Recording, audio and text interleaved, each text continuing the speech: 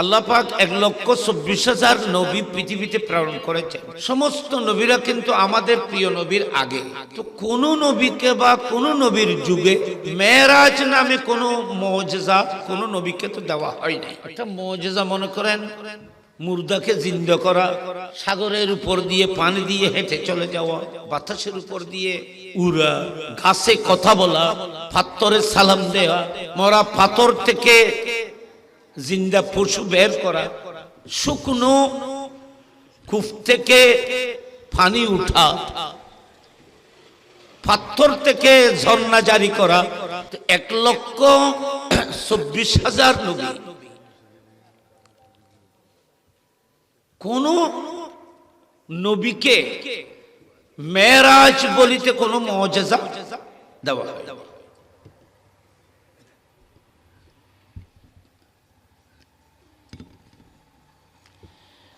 এবং রসুল পাকের পরে কিয়ামত পর্যন্ত মেরাজ এই ধরনের সফর আর কেউ করার মতো ক্ষমতা কারোর নাই। মেরাজ এমন এক মুজিজা যেটার আগেও কোনো ইতিহাস নেই, পরেও কোনো আর ঘটবে না। এই দেখে সোজা সুজি কথা বুঝুন, 1,24,000 নবীদেরকে মেরাজ দেওয়া হয়নি, পরে তো হবেই না। কেন? পরে তো কোনো নবী আসবে না, তো পরের কথা তো আসছে না। 1,24,000 নবীদের মাঝে কোন নবীকে আল্লাহ মেরাজ দেয়নি। মেরাজের মতো মুজিজা কোন নবীকে কেন দেয় না? এই কথা যদি কেন সহজে বুঝে, তাহলে এই কথা আমাদেরকে বলছে, এই কথা দ্বারা স্পষ্ট হচ্ছে যে আল্লাহ বলতেছেন আমার মাহবুবের মতো কেউ নেই, আমার নবীর মাহবুবের মতো কেউ নেই। সেই জন্য মেরাজের মতো মুজিজাও কোন নবীকে দেওয়ার মতো সুযোগ নেই। কারণ মেরাজ করার জন্য যে পাওয়ারের প্রয়োজন, এই পাওয়ার আমাদের প্রিয় নবী মুস্তাফা ছাড়া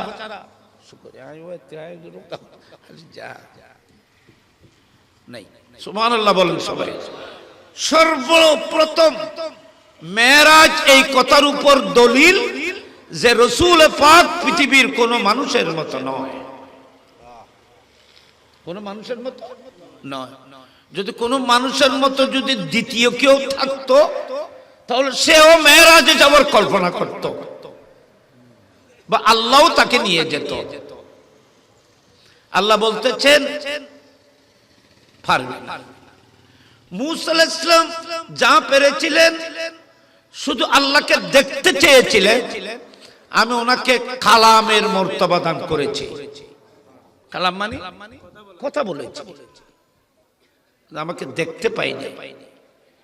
আমাকে দেখা, একসাথে কথা বলা, এই মকাম শুধু আমার নবীকে দিয়েছি। আগেও কোন নবীকে দেওয়া হয় নাই, কিয়ামত পর্যন্ত কাউকে দেওয়া হবে না। তাহলে এই মেরাজ এটা দলিল যে মুস্তাফার মতো কেউ নেই, নবীর মতো কোন নবী মিসাল, তার দলিল মেরাজ।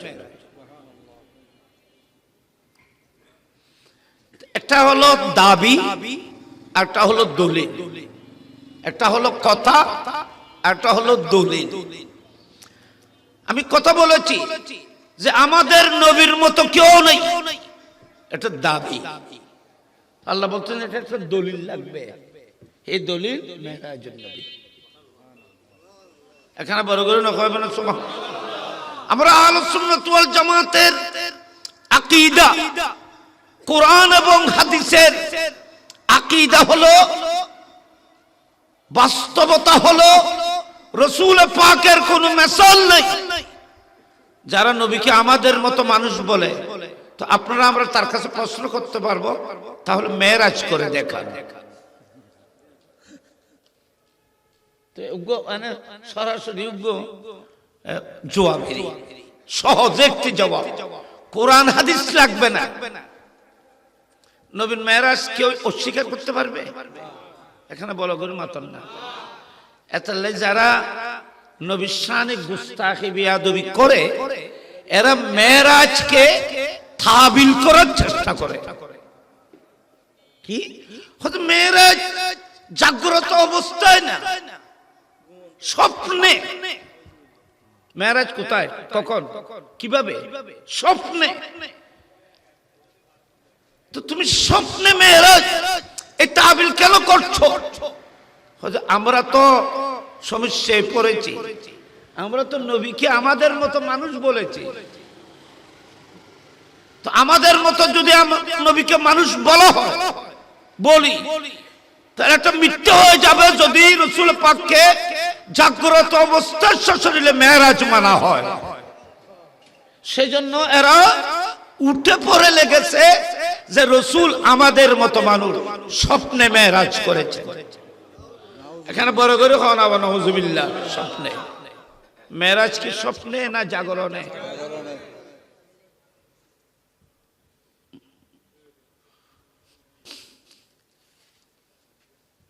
জাগরণে মেরাজ আল্লাহ পাক এটা দলিল কায়েম করেছেন। কিভাবে? আল্লাহ বলতেছেন, মাহবুব আপনাকে আমি বোরাক ছাড়াও আনতে পারতাম। আমি ইদ্রিস আলাইহিস সালামকে বোরাক ছাড়া হযরতে মালিকুল মউত আলাইহিস সালাম, আজরাইল আলাইহিস সালামের নূরানি পাকে করে আমি ইদ্রিস আলাইহিস সালামকে জান্নাতের মধ্যে নিয়ে এসেছি। তো আমি বোরাক ছাড়াও আপনাকে আনার ক্ষমতা আমার আছে। কিন্তু আমি বোরাক এই জন্য পাঠিয়েছি দুটি কারণ। একটা কারণ হলো আপনি যে স্বপ্নে নয় সেটা বুঝার জন্য আপনি একটি জাগতিকভাবে, জাহেরিভাবে সারা দুনিয়া যেন বুঝতে পারে আমি একটি বোরাক চতুষ্পদ একটি জন্তুর আকারে আপনার খেদমতের মধ্যে প্রেরণ করেছি। ফৌকাল বগলে দুনাল হেমার, ফৌকাল বগল দুনাল হেমার। আর নবী ইরশাদ করতেছেন সেই বোরাকটি গাধার চাইতে একটু বড়, খচ্চরের চাইতে একটু ছোট, মোটামুটি হলো একটা জন্তু, চতুষ্পদ। এই বোরাকটি, বোরাকের গতি, তার চোখের দৃষ্টি যেখানে শেষ সেখানে এক কদম। বাবা ইন ইবে কি কথা বুঝতেই না, যুক্তি কিভাবে আসবে এটাকে আকলে বুঝতেছে। আমি এখান থেকে পুকুরের এই পারে দাঁড়িয়ে ওই পার দেখতেছি, আমার চোখে ওই পার দেখতেছি, কিন্তু এক কদমে তো যেতে পারবো না। কিন্তু মুস্তাফা বলতেছেন বুরাকের ক্ষমতা, গতি এইভাবে, চোখের ক্ষমতা যত চলার গতিও তত। চোখের দৃষ্টির ইন্তেহা যেখানে, সেই বুরাকের কদমের ইন্তেহাও সেখানে। কেন কথা? বুরাক ফাটাই না নামাতে, বুরাক ফাটান মানে নবীর স্বপ্নে যায় নাই, জাগ্রত অবস্থার মধ্যে গিয়েছে। সুবহানাল্লাহ। আচ্ছা, রাসূল পাক সাল্লাল্লাহু আলাইহি ওয়াসাল্লামকে উপাসন করা হয়, সক্ষ সদর করা হয়, হলকুম থেকে নাভি পর্যন্ত খুলে ফেলা হয়। উপাসন বলিতে আমরা যেটাকে সিজার বলি, সে সিস্টেম না। এখানে ছুরির ব্যবহার হয় না। পৃথিবীর কোন ছুরি মুস্তাফা সিনাই কিভাবে ইউজ করবে? খামাজ্জে বানাইছে, মিস্ত্রি বানাইছে, ফ্যাক্টরি বানাইছে, এই ছুরি দিয়ে মুস্তাফা সিনাকে কিভাবে কাটা হবে? যে নবী ইশারা করলে চন্দ্র দ্বিখণ্ডিত হয়, সেই নবীর সিনা মুবারক পৃথিবীর ছুরি দিয়ে কাটা যাবে?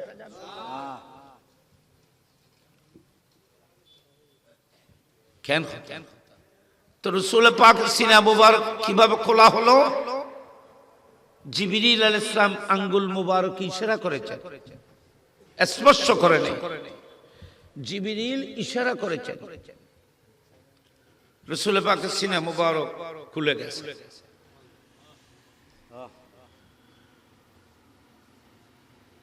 হার্ট সার্জারি, কত বড় সার্জারি এটা,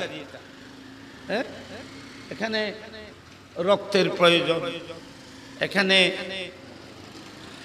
কি বলে অক্সিজেনের প্রয়োজন, এখানে অনেক কিছুর প্রয়োজন হয় না? এই ধরনের বড় সার্জারিতে অনেক কিছুর প্রয়োজন হয়, কিচ্ছু তো নেই। কিতাবের মধ্যে আছে, আপনারা উলামায়ে কেরামের জবানে শুনেছেন, রাসূল পাকের নূরানি সিনা মুবারক খোলা হয়েছে, পৃথিবীর কোন ছুরি ইউজ করা হয় নাই, এক ফোঁটা রক্তও পড়ে নাই, একটু পানিও পড়ে নাই। রাসূল পাক সাল্লাল্লাহু আলাইহি ওয়াসাল্লাম কোনো তকলিফও মাহসুস করে নাই, কষ্ট হয় নাই। এবং রাসূল পাকের সিনায়ে মুবারক থেকে কলব মুবারক কমপ্লিট হার্ট বের করে জমজমের পানি দিয়ে দৌত করা হয়। জমজমের পানি দিয়ে না, নবীর কলব মুবারক সিনায়ে পাক তুম বাইর দিন বিয়াগিন এখন জান্নাতর তস্তমিদি ফত্রমিদি রেখি বিয়স্তর স্বর্ণর মিন জাহাবিন, স্বর্ণের, এটা হাদিসের মধ্যে আছে, স্বর্ণের। যে নবীর কলবে মুবারক হার্ট রাখার জন্য জান্নাত থেকে যদি পাত্র আনা হয়, তো নবীর হার্ট গোসল দেওয়ার জন্য জান্নাতের মায়ের তসবিহ তো আনতে পারত, জান্নাত থেকে তো পানি আনতে পারতেন, কিন্তু জমজমের পানি দিয়ে কেন দৌত করা হলো? কথা বুঝতে লাগবে না? বাসন না নেন নিজে ব্যস্ত, ফানি নিয়ে যায়, ফানি নিয়ে জমজমত, ফানি ব্যবহার করে তো জমজমের নেই, গলস হয়ে যায় ব্যস্ত। জমজম তৈরি বোঝা যায় যে জমজমের পানি আসলে জমজমের পানি ব্যস্ত থেকে জারি হয়ে আছে। জমজমের পানি আমি কিতাবে দেখতেছি, এটা জমজমের পানি না, এই জমজমের পানি জান্নাত থেকে জারি হয়েছে। খেয়ে জারি হয়ে না এলাকা হইতে গেলে কথা রাখলাম, এই এটা আরো ওয়াজ দিয়ে মাদ্রাসার মধ্যে কিতাব আছে, এই লাইব্রেরি ই নাই এটা এটা লাইব্রেরির উন্দুর আছিলাম তো, ফোকাস এটা বুঝুন নাই, যখন কিতাব আইন দেখতে নাও দেখতেছি, বাকি নেই। এখন তো লেখাপড়া নেই।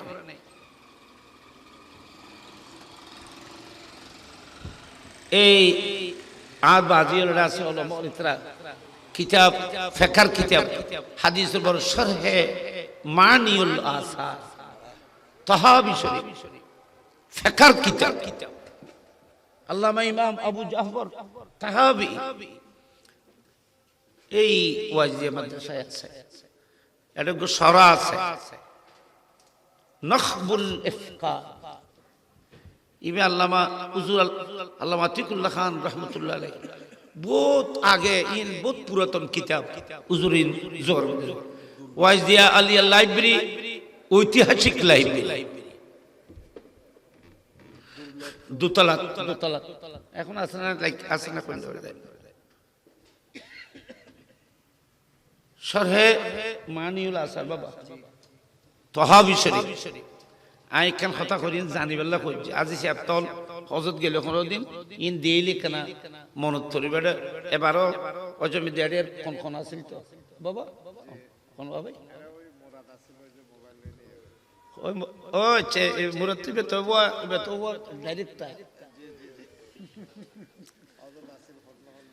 আছে না, এটা আরো এটা হজ করতে গিয়ে আফসানে বিদায়ের পরিচয় তো গিয়ে শাহে আমানত হজ কাফেলা খেদমত বস অনন্য বেমিসাল, ইনই হুজুর সগুর ফানি দোয়া। তো যাই হোক, এই আরফাতের আপনি মক্কা শরীফ গেলে এক সময় তো জমজমের কূপ দেখা যেত, এখন কিন্তু আর দেখা যায় না। কিন্তু কমপক্ষে একটা জিনিস আপনাদেরকে আমি ইশারা করতেছি, একটু একটু খেয়াল করে। এখানে একটা প্রশ্ন আসতে পারে যে জান্নাতের পাত্র নবীর কলবে মুবারক রাখার জন্য পাত্র আনা হয়েছে জান্নাত থেকে। জান্নাতের স্বর্ণ গোট এটা জান্নাত থেকে আনা হয়েছে, সেখানে মুস্তাফার কলম মুবারক রাখা হয়েছে। কিন্তু যে পানি দিয়ে মুস্তাফার কলম মুবারক স্পর্শ করা হয়েছে, ধৌত করা হয়েছে, সেই পানি জমজমের কেন ইউজ করা হলো? এটাও তো জান্নাত থেকে আনা যেত। জান্নাত পানি আছে না নেই? দামি দামি মায়ের তসনিম, কত মুবারক পানি, যে পানি দিয়ে রাসূল পাকের ওই দুররাতুল বাইদাকে পানি দিয়ে মিক্স করা হয়েছিল। এই আর কি ইতিহাস। পানি জমজম থেকে, জমজমের পানি যদিও বা জারি হয়েছে পৃথিবীতে, কিন্তু এই পানি আসতেছে জান্নাত থেকে। এনে দুয়া নাহার পৃথিবী মধ্যে জান্নাতুন বাইত আসমানুন জারি, যে দুয়া সমুদ্র আছে, হবু ওই যে ফোরাত আর ওই যে নীল, কি ফোরাত আর গো কি নীল দরিয়া। রাসূল পাক সাল্লাল্লাহু আলাইহি ওয়াসাল্লাম যখন বাইতুল মামুরের মধ্যে পৌঁছেছিলেন, ইয়ান খতান ইয়ত তো রাজ জাহারা কেন মনত করে দিবে ও কথা ইয়ান আবার ইয়ান ক্লিয়ার হবে। রাসূল পাক সাল্লাল্লাহু আলাইহি ওয়াসাল্লাম যখন বাইতুল মামুরে পৌঁছেছিলেন, আমার নবী বলতেছেন সেখানে আমি দেখলাম হযরত সাইয়্যিদানা খলিল ইব্রাহিম আলাইহিস সালামকে। রাআইতু ইব্রাহিমা মাসনাদান যাহরাহু বিবাইতিল মামুর। মুসলিম শরীফ হাদিস। আমি মেরাজ রাত বাইতুল মামুর যখন গিয়েছিলাম, সেখানে আমি আমার জদ্দে আলা হযরতে ইব্রাহিম আলাইহিস সালামকে বাইতুল মামুর হেলান দিয়ে দাঁড়িয়ে থাকতে দেখেছি। দাঁড়িয়ে বা বসে তিয়নের নহর, কিন্তু রাআইতু ইব্রাহিম মাসনাদান যাহরাহু ইলাল বাইতুল মামুর, ইলা বাইতুল মামুর, ফিট ঠেকিয়ে, অর্থাৎ বাইতুল মামুর পিছনে হযরত ইব্রাহিম আলাইহিস সালাম অন্যদিকে তাকিয়ে আছেন।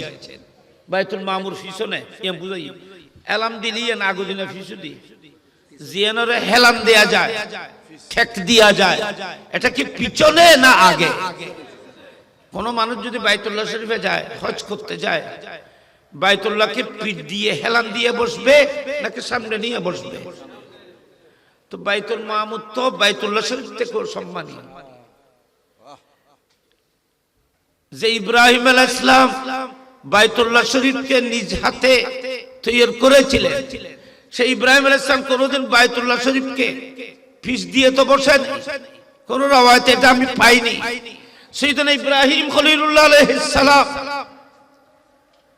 বাইতুল্লাহকে সামনে নিয়ে বসতেন, দোয়া করতেন।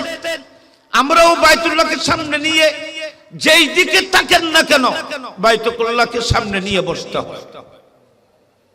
বাইতুল্লাহকে তো আর এটা কি করে নাকি হজোড় ফসিমিকে ফিট দিয়ে, ফসিমিকে ফিট দিয়ে কা বসছ, ফসিমের পর্যন্ত ফিস দিত না চায় আর দেশের মেয়ে আদবেরই জ্ঞান, ফসিমকে পর্যন্ত ফিস দিতে চায় না।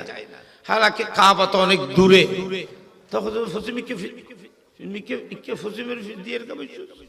মাশাআল্লাহ, কিরকম একবার জোয়ান রয়ে দিচ্ছে, বুড়ো টুড়ো নয় আর ভাই আইয়ো পুরান পুরান মানুষ দেখতে ভালো লাগে।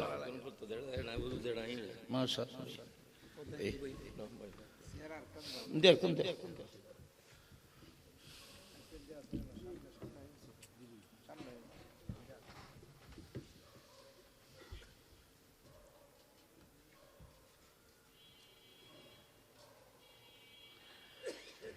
ইমিদি বুঝনের মতো ইমিদি আলমল আছে কথা কইতে আরাম। ইব্রাহিম আলাইহিস ইসলামে বাইতুল মামুর কি করলে করে বরি ফিস দিব রে, তো ফিস দিবই তখন কোনো সিস্টেম তো নাই, তো বাইতুল মামুর কি রে ইয়ানো তো সামলালো ইয়ানো বই তখন কথা আছে ফিস দিকে বই রই, তাহলে বোঝা যাচ্ছে আজিয়ে বাইতুল মামুরে ফিস দিয়ানোর মতো কোনো পরিবেশ হই। আজকে বাইতুল মামুরকে ফিস দিয়ে বসার কোন একটা পরিবেশ সৃষ্টি হয়েছে, সেটা কি? সেটা হলো আজ মুস্তাফা আসতেছে। আজকে রাসূল পাক সাল্লাল্লাহু আলাইহি ওয়াসাল্লাম তশরীফ আনতেছেন, আল্লাহ বলতেছেন এ বাইতুল মামুরের ফেরেশতারা আজকে তাওয়াফ বন্ধ, আমার মাহবুব আসতেছে, তাওয়াফ বন্ধ করে সবাই আমার বন্ধুকে সালাম দেওয়ার জন্য দাঁড়িয়ে থাকে, ইস্তেকবালিয়া দেওয়ার জন্য। হযরতে সাইয়েদনা ইব্রাহিম আলাইহিস সালাম আল্লাহর ঘর বাইতুল মামুরকে পিছনে রেখে মুস্তাফাকে সামনে দিয়ে দাঁড়িয়েছে। ইব্রাহিম আলাইহিস সালাম সেই বাইতুল মামুরের সপ্তম আসমানে এটা প্রমাণ করেছেন এ বিশ্ববাসী বাইতুল মামুরকে পিছ দেওয়া যাবে, মুস্তাফাকে পিছ দেওয়া যাবে না। একটু বড় করে বলুন না সুবহানাল্লাহ। বাইতুল মামুরকে পিছ দেওয়া যাবে, মুস্তাফাকে পিছ দেওয়া যাবে না। মুস্তাফা যার বুকে থাকবে সব কায়নাত তার পিছে পিছে থাকবে। ইয়ারা নবীর বাদ দিয়ে রে আর গিল এর দৌড়িচ্ছে, এটা নারা বিপদগ্রস্ত। মেশকাত শরীফের হাদিস আছে, ইয়ানো কই নিয়ে করে খেয়াল করে বাবা আর কই কথা মিথ্যা তো না মিথ্যা দেই। হযরত রবিয়া ইবনে কাব আসলমি এখানে খেয়াল করেন, দরকার আছে।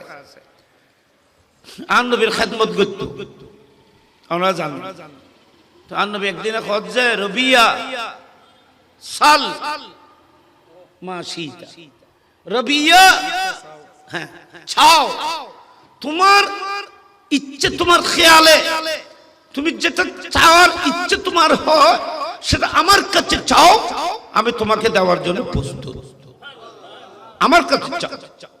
নবী হজ আর কাছে চাও, আর ইতারা হজ আল্লাহ আল্লাহ ছাড়া অন্য কেউ কাছে চাইলে শিরিক।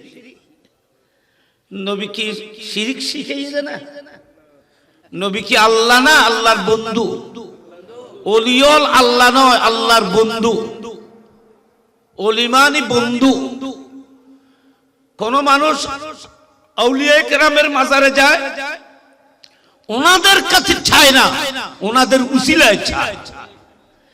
হাদিসে পাকের মধ্যে আছে, খুদ মুস্তাফা বলতেছেন ইয়া রবিয়া সাল।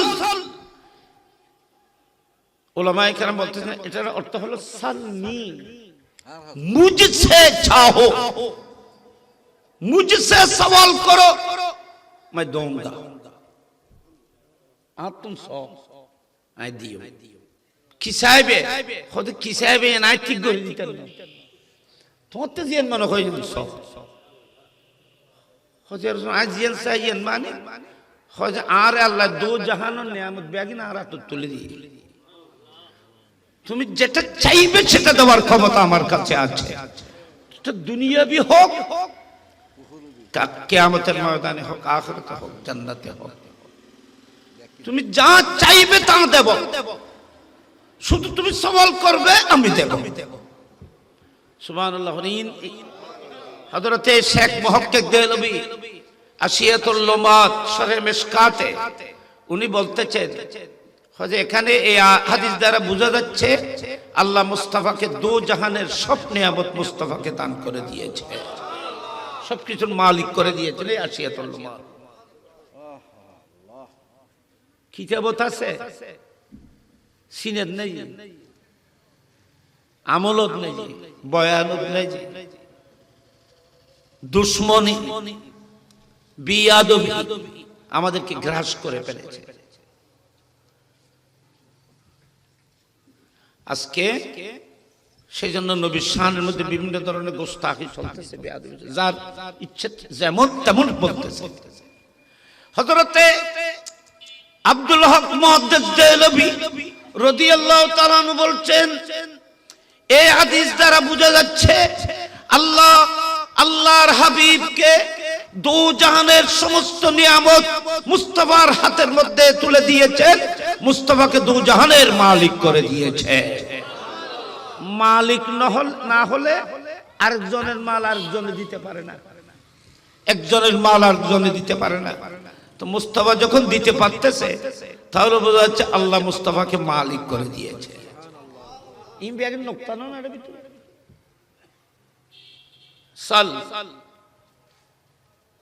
তুই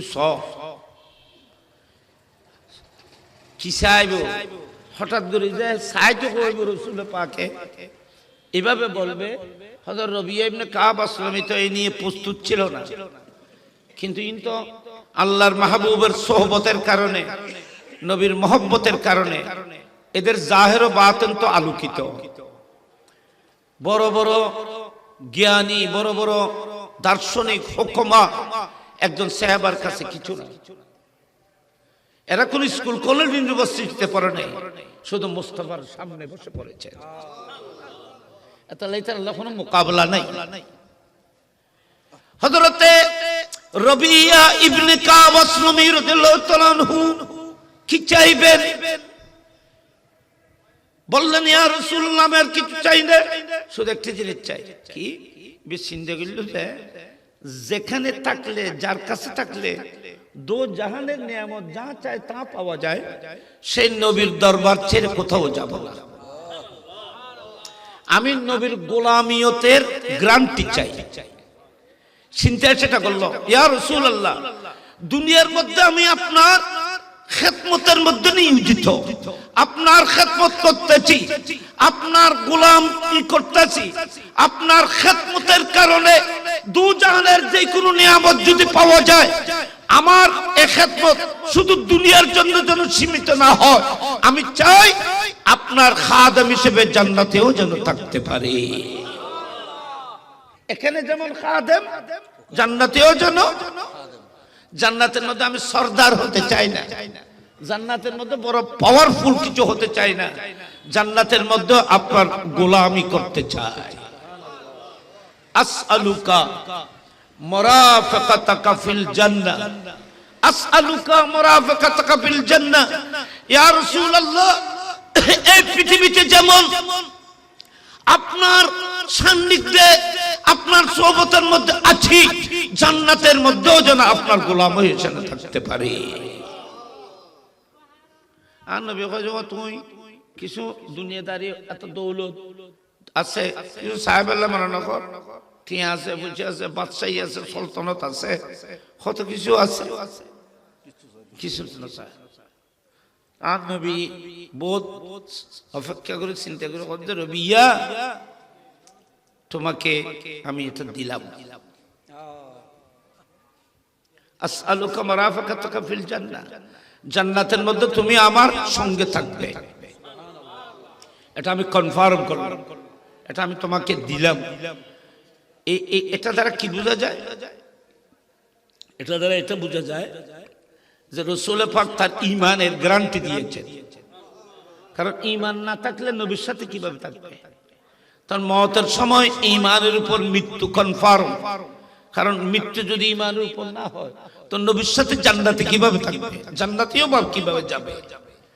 তাহলে মওতের গ্যারান্টি হয়ে গেছে, কবরের গ্যারান্টি হয়ে গেছে, নেজাতের কমপ্লিট গ্যারান্টি হয়ে গেছে, জান্নাতের মধ্যে মুস্তাফার সাথে থাকার গ্যারান্টি হয়ে গেছে। আর নবী কথা তোমার ইয়ান দিলাম, তো আর নবী কথা আওয়া গায়রা যালিক, এ রবিয়া কথা কর খেয়াল করে জবাজি, এ রবিয়া তুমি যা চেয়েছো আমি তোমাকে সেটা দিলাম, তুমি যা চেয়েছো সেটা দিলাম। আওয়া গায়রা যালিক, আর কিছু চাও? রবিয়া বলতেছেন, হুজুর আর কিছু চাই না। আবার যেহেতু আপনি বলতেছেন আর কিছু চাইতে, আবার চাইতেছি আপনার গোলামি চাইতেছি। এ রাবিয়া আর কিছু চাও? ইয়া রাসূলুল্লাহ গোলামি চাইতেছি। তুমি এটা ছাড়া কিছু চাও না? ইয়া রাসূলুল্লাহ দুনিয়া আখিরাতে দু জাহানে আপনার গোলামের চাইতে বড় দৌলত আমি চোখে দেখতেছি না। একটু বড় করে বলুন না সুবহানাল্লাহ। আপনাকে আমাকে যদি গোটা কায়নাত দেওয়া হয়, একদিকে যদি মুস্তাফার গোলামি দেওয়া হয়, আমি গোটা কায়নাতকে হাসি মুখে ত্যাগ করে মুস্তাফার গোলামিকে বুকে জড়িয়ে নেব। একটু বড় করে বলুন না সুবহানাল্লাহ। কি বানি আমি গোটা কায়নাতের নিয়ামতকে বর্জন করতে পারি, কিন্তু মুস্তাফাকে পিছ দিতে পারি না। নবীর দামান হাতে থাকলে গোটা কায়নাতের দৌলত আপনার পিছু পিছু দৌড়বে।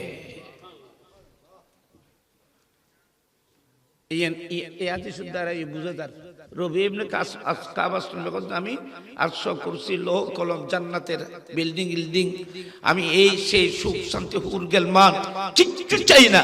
আমি শুধু মুস্তাফার গোলাম হয়ে থাকতে চাই, কারণ এর চাইতে আর বড় দৌলত আর কিছু নাই।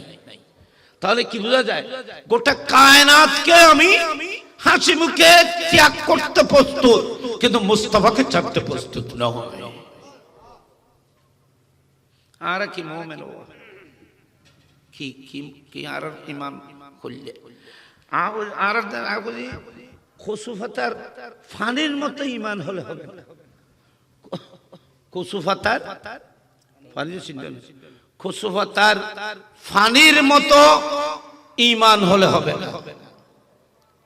খুসুফাতার ফানি একটু লড়াচড়া হলে মাত্র ফানি পড়ে যায়। ফাতাল্লোর ফানি কোনোদিন নবাজে একখান আশ্চর্য কথা। কচু গাছ দিয়ে আল্লাহ কি দিয়ে কোনো কইবে ফাতার ফানি নবাজে চাইও না, ফানি হয়ে যায় তার স্পর্শ করি না পারে যায় কোনো তেল লাগাই দিয়ে যে কচু ফাতার ভিতরে আল্লাহ কি কুদুরত সৃষ্টি করছে, কি দিয়ে কোনো কইব ফানি গোলই থাকে জ্বর হয়ে যাই অন ফানি জিল্লাকে দিবেন দিও ফানি কি হয়ে যায় জ্বর হয়ে যায় হনাইলে জ্বর হয়ে যায়। ফানি এলোমেলো থাকে না, বেগুন একখানা তাই জ্বর হয়ে যায় লল্লি সিল্লি করে যাবে। একখানা যদি খাজুর পাতা দুর্গা কচু পাতা ফানি না বাঁচে ইন কথা কি মেসাল আল্লাহ পাকি কুদরতি গুজে যায়। তোমরা তোমাদের ঈমানকে কচু পাতার ফানির মতো ঈমান গ্রহণ করিও না। তোমাদের ঈমান যেন কচু পাতার পানির মতো যেন না হয়, একটু বাতাস আসলে পড়ে যাবে, বের হয়ে যাবে, এটা যেন না হয়। তো ঈমান কোন ধরনের হতে হবে? ঈমান কচু পাতার রঙের মতো হতে হবে। কচু পাতার পানির না রঙের না, ফাতার তো রঙেরও আলাপ করা যাবে না নামাতে। ফাতা কচু পাতার রঙ নাই না, সবুজ রঙ আছে, রঙিবে যত তুন আইব যত কিছু আইব কলার তখনও দিন ফাতার তুন আলোকিত হয়তো কলার যেভাবে ফাতাকে সাজিয়ে আছে, ঈমান যেন তোমাকে তোমার কলবকে যেন সাজিয়ে থাকে। আপনাকে টুকরা টুকরা করে দিলেও ঈমান যেন বের না হয়, রু চলে যেতে পারে, ঈমান যেন কলবে থাকতে থাকে যায়। আই আই কোরআন শরীফে আয়াত আছে কি হচ্ছে এই কথা বাইরে কোরআন শরীফে দেখো তো ওয়ালাকিন্নাল্লাহ হাব্বাবা ইলাইকুমুল ঈমান ওয়া যায়্যানাহু ফি কুলুবিকুম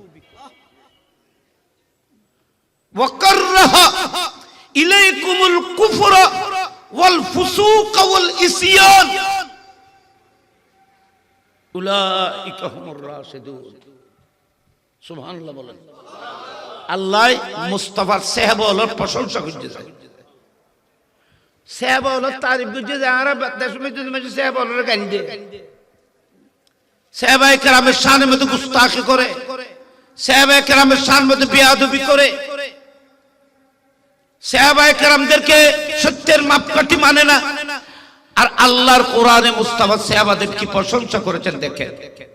আয়াতে কেন লম্বা তরজমা কেন তরজমা করে দিয়ে না কই ইয়া আইয়ুহাল্লাযীনা আমানু, এ ঈমানদাররা,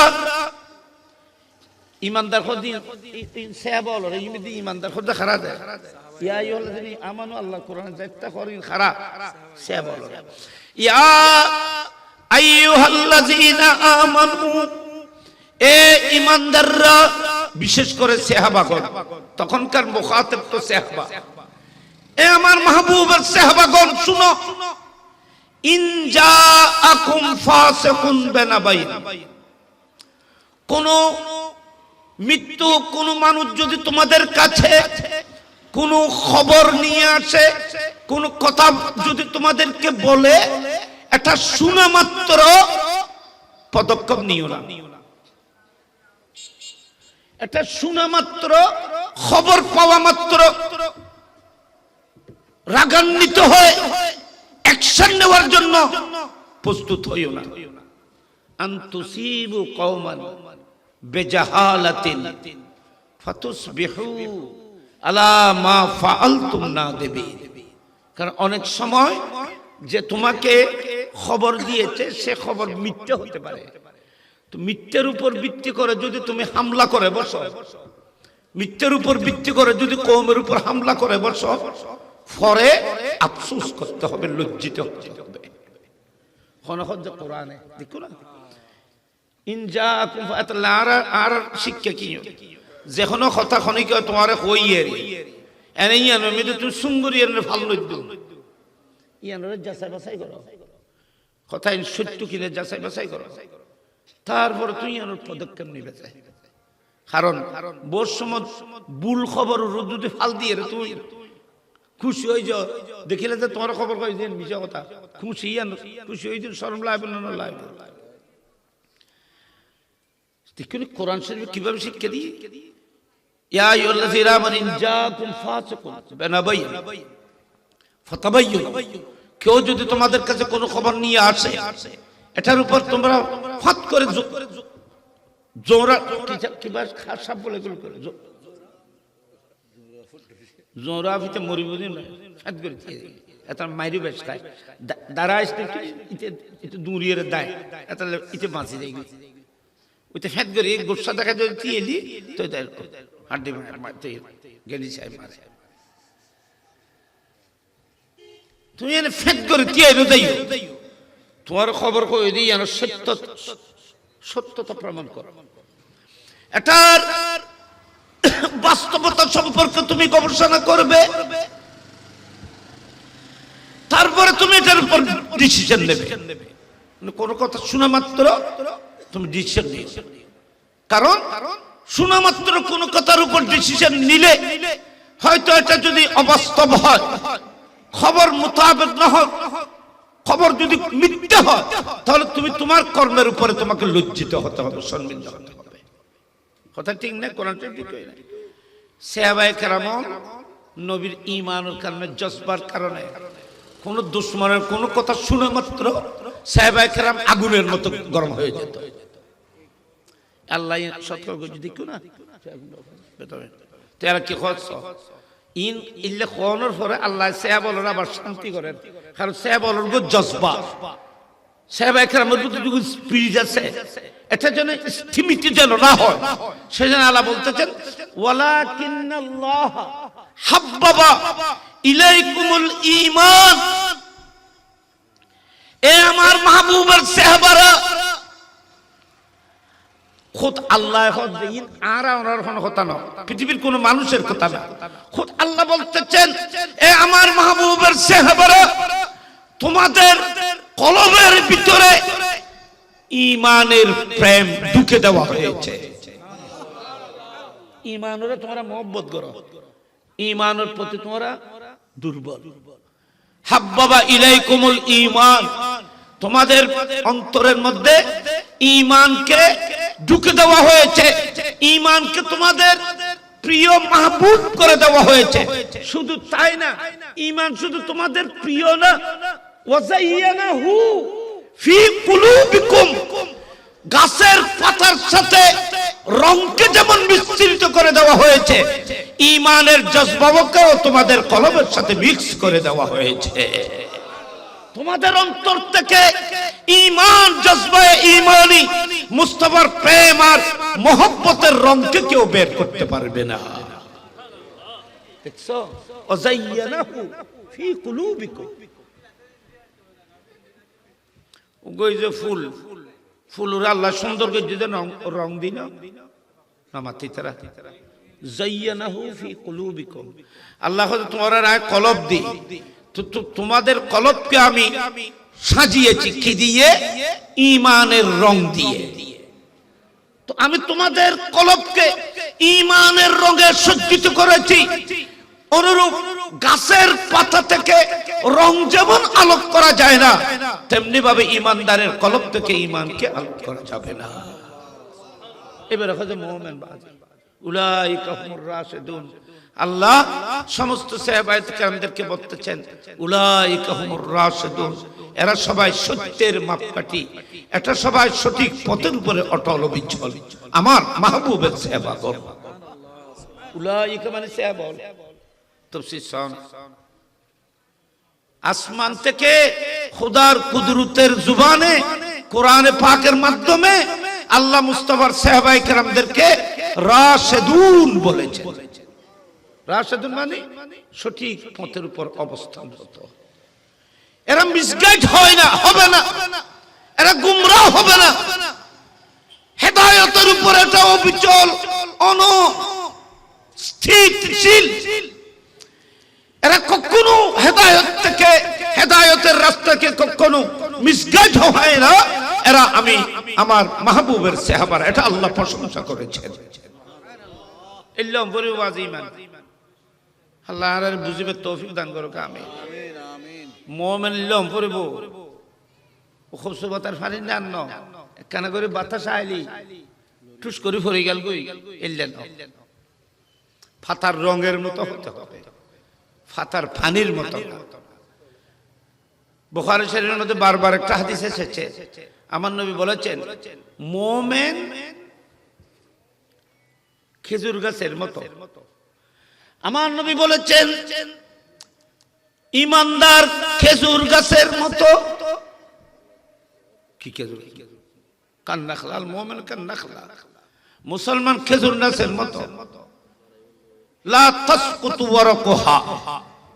আমার নবী বলেছেন শাজারাতুন লা তাসকুতু ওয়ারাকুহা কাল মুমিনে। এ আমার সাহাবায়ে কেরাম, তোমরা বলো দেখি পৃথিবীর মধ্যে এমন একটি গাছ আছে যে গাছটির পাতা ঝরে না মুমিনের মতো। পাতা ঝরে না মুমিনের মতো। সাহাবায়ে কেরাম বলে পাতা না ঝরে মুমিনের মতো কি গাছ? চিন্তা করতে করতে করতে তারা আর কই নাও পারে, নবীর উত্তর দিন নাও পারে। কেউ জানিল হযরত আব্দুল্লাহ ইবনে ওমর, হযরত বুখারী শরীফের হাদিস, আব্দুল্লাহ ইবনে ওমর ছোট এতে ইবে কয় যে আন নবী যেতে প্রশ্ন করছি কয় উত্তর আন মাথা তাই গই ইবে খেজুর গাছ হইব, কিন্তু কয় আমি উত্তর ন দি নামাতি রই কিয়া কয় বুড়োল বিয়র নামাতি রই আ মাতিলি শরম পাইলি। হযরত ওমর ইবনে খাত্তাব বইরই নামাতের, সিদ্দিক আকবর এখন উত্তর ন দেয়। ওমর ওমর বাবা আছে, উত্তর উসমান বিয়াগুন আছে, ইতারা কি উত্তর ন দেয়। আই গুরু ফাগ উড়িয়ে যদি কই যে ইয়ার চলিবে খেজুর গাছ, আই কথা কইলি যদি নুয় এদুগো মানুষের সামনে আই শরম পাইও। গুরু ফুয়া তুই কে মাতিলে এন কই যদি আরে আবার বুখারী নে রওয়ায়াত জিল্লা সিল্লা। আমি উত্তর দিই নাই। হযরত ওমর ইবনে খাত্তাব ফুয়ারে বাচ্চারে লইরে যাইতে যাইতে কদুর গিয়ে বাচ্চা কজ আব্বা নবী যেতে প্রশ্ন করছিল উত্তর তো আমি হইতেম। তোমার কত ন হকা তুমি যদি নবীর সামনে আর নবী প্রশ্ন করতে যাতে উত্তর যদি দিতে আই ওমর চেহারা উজ্জ্বল হইতো আর ফুয়াই উত্তর দিয়ে। আমি কত বড় আনন্দ হতাম জানো? এ আব্দুল্লাহ, তুমি যদি মুস্তাফার সওয়ালের উত্তর যদি দিতে পারতে তো আমি কত বড় খুশি হতাম জানো? আরবের একটা লাল ঘোড়া উপহার দিলে মানুষ যে খুশি হয়, তোমার উত্তরে আমি বাবা দিলে ভাবে খুশি হতো। উত্তর দাও না কেন? আব্দুল্লাহ ইবনে ওমর কইছে আজ অনে যে খুশি হইবেন ইয়া তার জানানো আছিল। আর তাছাড়া আই বুড়া মানুষ ছোট বাচ্চা আর নবী প্রশ্ন করছে এটা মুরব্বীল আছে বড় বড় বয়োজ্যেষ্ঠ সেবল জ্ঞানীল আছে ইতারা কিচ্ছু নক তো আই ডরা যে এই মজলিস তো আমি মাতন না ঠিক হইতো না কই যেত এই যে তুমি যদি কইতে তাহলে তখন যাই লাল গোড়া ফাইলি যাই খুশি নয় মানুষ এত বেশি খুশি হইতে। সাহাবায়ে কেরাম মসজিদ থেকে বের হওয়ার সময় আমার নবীকে খেদমতের মধ্যে আরজ করলেন, ইয়া রাসূলুল্লাহ আপনি বলেছেন একটি গাছ যেই গাছের পাতা ঝরে না মুমিনের মতো, এই গাছটি কি গাছ? আর নবী বললেন আন-নাখলা, খেজুর গাছ। খেজুর গাছের পাতা ঝরে না, জেলে তুলো নাইবে গাছতুন গাছতুন ঢালি ডাল সিরিজে ফাতা ফুয়ে গেলি সিটটি হচ্ছে ফাতা জ্বরে না, খেজুর গাছের পাতা নামাতে তার নবী কইলেন মুমিনের মতো লা তাসকুতু ওয়ারাকুহা, দেখো না লা তাসকুতু ওয়ারাকুহা মানে ফাতা জ্বরে না। তো আর নবী কি কইতে চাইছে মুমিনের দলে কি কইছে বুঝছেন না কথা? মুমিন কাকে বলে? কইছে মুমিন খেজুর গাছের মতো, খেজুর গাছের পাতা যেমন কোন তুফানে ঢাল থেকে আলোক করতে পারে না, কোন মারাত্মক কোন তুফান কোন রকমের মুসিবতে গাছের ডাল আলোক হবে, পাতা কিন্তু আলোক হয় না ডাল থেকে। তেমনি ভাবে প্রকৃত ঈমানদার কারা জানো? যাদের সাথে ঈমানের সাথে আমার সাথে এমন সংযুক্ত এমন লাগা, জান যাবে কিন্তু আমি রাসূল থেকে ছুটবে না, আমি নবী থেকে আলোক হবে না, এদেরকে বলা হয় মুমিন। এনে এনে খুজুর পাতান মা পানি না এনে আলোকের গেলেই বলে তার মুমিন না। মারাত্মক তুফান এবং বাতাসের মাঝেও যেমন খেজুর গাছের পাতা ডাল থেকে আলোক হয় না, তেমনি ভাবে ঈমানদার আমি রাসূলের দামান থেকে কখনো আলোক হবে না। প্রয়োজনে জীবন উৎসর্গ করবে কিন্তু ঈমান দেবে না। এর ইতিহাস সাহাবায়ে কেরামের ভিতর আর নবীর বহুত আশিক প্রেমিকের ভিতর আছে, আসলেন আছেন। আপনি যদি বেলালের ইতিহাস দেখেন, হযরত বেলাল রাদিয়াল্লাহু তাআলা কত মারাত্মক টর্চারিংয়ের শিকার, কত কঠিন বিপদে, কত জুলুম, কত অত্যাচার, কত কষ্ট নির্যাতন ওনাকে দেওয়া হয়েছিল। কিন্তু হযরত বেলাল বলতেছে উমাইয়া তুমি যেগুলো করতেছ অর্থহীন, ঈমান তো আমার কলবে পাতার সাথে রং যেভাবে মিক্স হয় জিনত হয়ে যায়, রং যেভাবে পাতার সাথে মখলুত হয়ে যায়, রংকে যেমন পাতা থেকে আলোক করা যায় না, তেমনি ভাবে ঈমানকে তো আমার কলব থেকে আলোক করা যাবে না। আমার জীবন চলে যাবে কিন্তু ঈমান অন্তর থেকে যাবে না। ঈমান মানে রাসূলের ফলো। তুমি আমার জীবন আলোক করতে পারবে কিন্তু আমাকে রাসূল থেকে আলোক করতে পারবে না। তুমি যা করতেছ অনর্থক করতেছ, পারবে না। আল্লাহ বেগুনে বুঝিবে তৌফিক দান করুক, আমিন। আরেকখানা বড় ঘর হন কথা বাইতুল মামুরে, বাইতুল মামুরে ইব্রাহিম আলাইহিস সালাম ফিস দিয়ে দাঁড়িয়ে আছে। ফিস কেন দিলেন? তাহলে বোঝা যাচ্ছে বাইতুল মামুর, যে বাইতুল মামুরকে রাত দিন 24 ঘন্টা 70,000 ফেরেশতা তওয়াফ করতেছে, আজকে সেই বাইতুল মামুরকে ফিস দিয়ে কেন বসেছেন? শুধু একটি মাত্র কারণ, সে কারণটি হলো আজকে মেরাজের রাত মুস্তাফা আসতেছে, আজকে বাইতুল মামুরকে ফিস দিয়ে মুস্তাফাকে সামনে নেওয়া হয়েছে, কারণ মুস্তাফার মকাম বাইতুল মুকদ্দাস থেকে বড়, বাইতুল মামুর থেকেও বড়। রাসূল পাকের শান ও মর্যাদা, রাসূল পাক সাল্লাল্লাহু আলাইহি ওয়াসাল্লামের মাকাম আল্লাহর আরশ থেকেও দামি বেশি। বাইতুল মামুর না, বাইতুল্লাহ শরীফ না। সেজন্য কিতাবের মধ্যে আছে, উলামায়ে কেরাম জানেন, রাসূল পাক যখন ছোট ছিল তখন খাজা আবু তালেব কহত সালি বৃষ্টি না হওয়ার কারণে যখন মুসিবতগ্রস্ত হয়েছিল আরবের মানুষ, তখন আমার নবীকে আল্লাহর ঘর খানায় কাবার এখানে নিয়ে এইভাবে বসিয়েছিলেন, মুস্তাফার পিঠ মুবারক কাবার সাথে লাগিয়ে নবীর চেহারাকে অন্যদিকে করে মুস্তাফার পিঠ মুবারক কাবার দিকে লাগিয়ে খাজা আবু তালেব মুস্তাফার চেহারার উসিলা দিয়ে দোয়া করেছিলেন, আসমান থেকে মুষলধারে বৃষ্টি হয়েছিল। ইস্তাসকাল গামাম বিওয়াজহিহি সামালুল ইয়াতামা ওয়া ইসমাতুল লিল আরামিলি। বুখারী শরীফের রওয়ায়াত আছে, আবু তালেবের খতাই আছে, ওয়া বিয়াদু ইস্তাসকাল গামাম বিওয়াজহিহি সামালুল ইয়াতামা ইসমাতুল লিল আরামিলি। ইমামে বুখারী নকল করতেছেন এই ঘটনাটি। ইয়া রাসূলুল্লাহ, আল্লাহ আপনার চেহারাকে এত দামি করেছেন, আপনার চেহারার উসিলা দিয়ে দোয়া করলে আসমান সহ্য করতে পারে না, মুষলধারে বৃষ্টি হয়। এখানে বড় করে হন সুবহানাল্লাহ। রাসূল পাকের সিনায়ে পাক শক করা হলো, রাসূল পাকের কলম মুবারক কমপ্লিট বের করে রাখা হয়েছিল জান্নাতের সোনার তস্তে পাত্র, জান্নাত থেকে স্বর্ণের পাত্র নিয়ে আসা হয়, কিন্তু যে পানি ইউজ করা হয় সেটা জমজমের পানি। পানিও তো জান্নাত থেকে নিয়ে আসা যেত,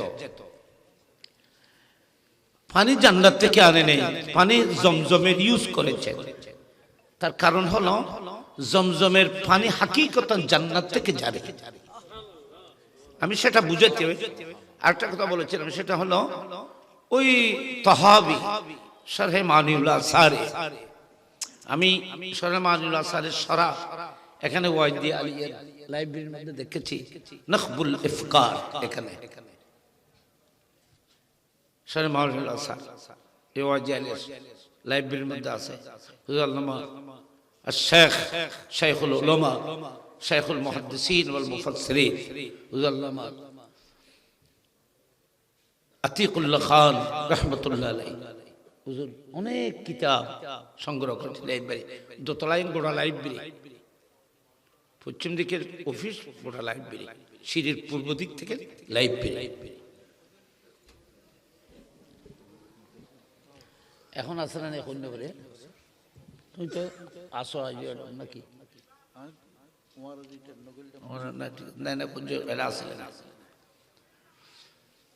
এই তহাবি শরীফে কিতাবুত তাহারতে একটি হাদিস, আমি যেটা রাসূল পাক বলেছিলাম, বাইতুল মামুরে নবী যখন গেলেন, বাইতুল মামুরে হযরত ইব্রাহিম আলাইহিস সালাম আল্লাহর হাবিবের জন্য অপেক্ষা করতেছেন। আমার নবী ইব্রাহিম আলাইহিস সালামকে যে কাইফিয়তে দেখেছেন সেটা মুসলিম শরীফের মধ্যে এভাবে বলা হয়েছে, রাআইতু ইব্রাহিম মাসনাদান যাহরাহু ইলা বাইতুল মামুর। ইব্রাহিম আলাইহিস সালামকে আমি বাইতুল মামুর পিছনে রেখে দাঁড়িয়ে থাকতে বা পিছন দিকে বাইতুল মামুর ইব্রাহিম আলাইহিস সালামকে দেখেছি। বাইতুল মামুরকে পিছে রাখার কথা তো নাই, নিশ্চয় আজকে বাইতুল মামুর পিছে রাখার একটি অবস্থা সৃষ্টি হয়েছে, সেটা হলো আজকে মুস্তাফা আসতেছে, নবীর আগমনের কারণে বাইতুল মামুরকে পিছে দিয়ে মুস্তাফাকে আগে রেখেছে। ইব্রাহিম আলাইহিস সালাম সেই সপ্তম আসমানের উপরে এটা প্রমাণ করেছেন যে বাইতুল মামুরকেও পিছ দেওয়া যাবে, মুস্তাফাকে পিছ দেওয়া যাবে না। আমার নবী ইরশাদ করতেছেন, আমি সেই বাইতুল মামুরের ভিতরে ঢুকলাম, এখানে অনেক লম্বা, সেখান থেকে আমি 6টি নাহার জারি দেখলাম। কয়টি? 6টি। এখানে বড় লম্বা আলোচনা। সে 4টি নাহার মানে জিবরিল থেকে প্রশ্ন করলাম, এ জিবরিল, এই 4টি নাহার জারি হয়েছে বাইতুল মামুর থেকে, এই নাহারগুলো, এই নদীগুলো কোন দিকে গেছে? জিবরিল বললেন, হুজুর, এখান থেকে 2টি নাহার জান্নাতের দিকে গেছে, আর 2টি নাহার পৃথিবীর দিকে গেছে। 2টি নাহার জান্নাতের দিকে আর 2টি নাহার পৃথিবীর দিকে। পৃথিবীর দিকে 2টি নাহার, একটা হলো নীল আর একটা হলো ফুরাত। তাহলে বোঝা যাচ্ছে নীল দরিয়া এবং ফুরাত এটার মূল আসল বাইতুল মামুর থেকে জারি। এখানে কথা প্রসঙ্গ বললাম যে নীল দরিয়া এবং নীল এবং ফুরাত এগুলোর আসল অদৃশ্যভাবে আকাশ বাইতুল মামুর থেকে। এখন আসুন জমজমের পানি কিভাবে জারি দেখে জান্নাত থেকে। আমি কেন বললাম, এই যে তহাবির সরে মারুল আসারে একটা হাদিস নকল করতেছেন, পানির কুফকে চৌবাচ্চাকে ছোট হলে কিভাবে পাক করা হবে, বড় হলে স্কোয়ার 10 হাতের বেশি হলে তাহলে এটার মধ্যে আর পানি দিতে হবে না, কোনো নাপাক করলেও নাপাক হবে না। কিন্তু পানি যদি স্কোয়ার 10 ফিট না হয়, 10 হাত না হয়, তাহলে এখানে কোনো নাপাক করলে পানিগুলো পাক করতে হয়। 40 জুল বাইরে 40 জুল ভিতরে এইভাবে চেঞ্জ করে আপনাকে প্রথমে 40 জুল বাইরে ফেলে দিতে হবে, বাইরে থেকে 40 জুল বালতি পানি ভিতরে দিতে হবে। ঘটনাচক্রে একজন হাফসে, এক সময় তো জমজমের কূপ খোলা ছিল, এক সময় এখানে উযু করতে গিয়ে বা পানি নিতে গিয়ে একজন হাফসি গোলাম বুড়ো মানুষ জমজমের কূপের মধ্যে পড়ে মরে গেছে।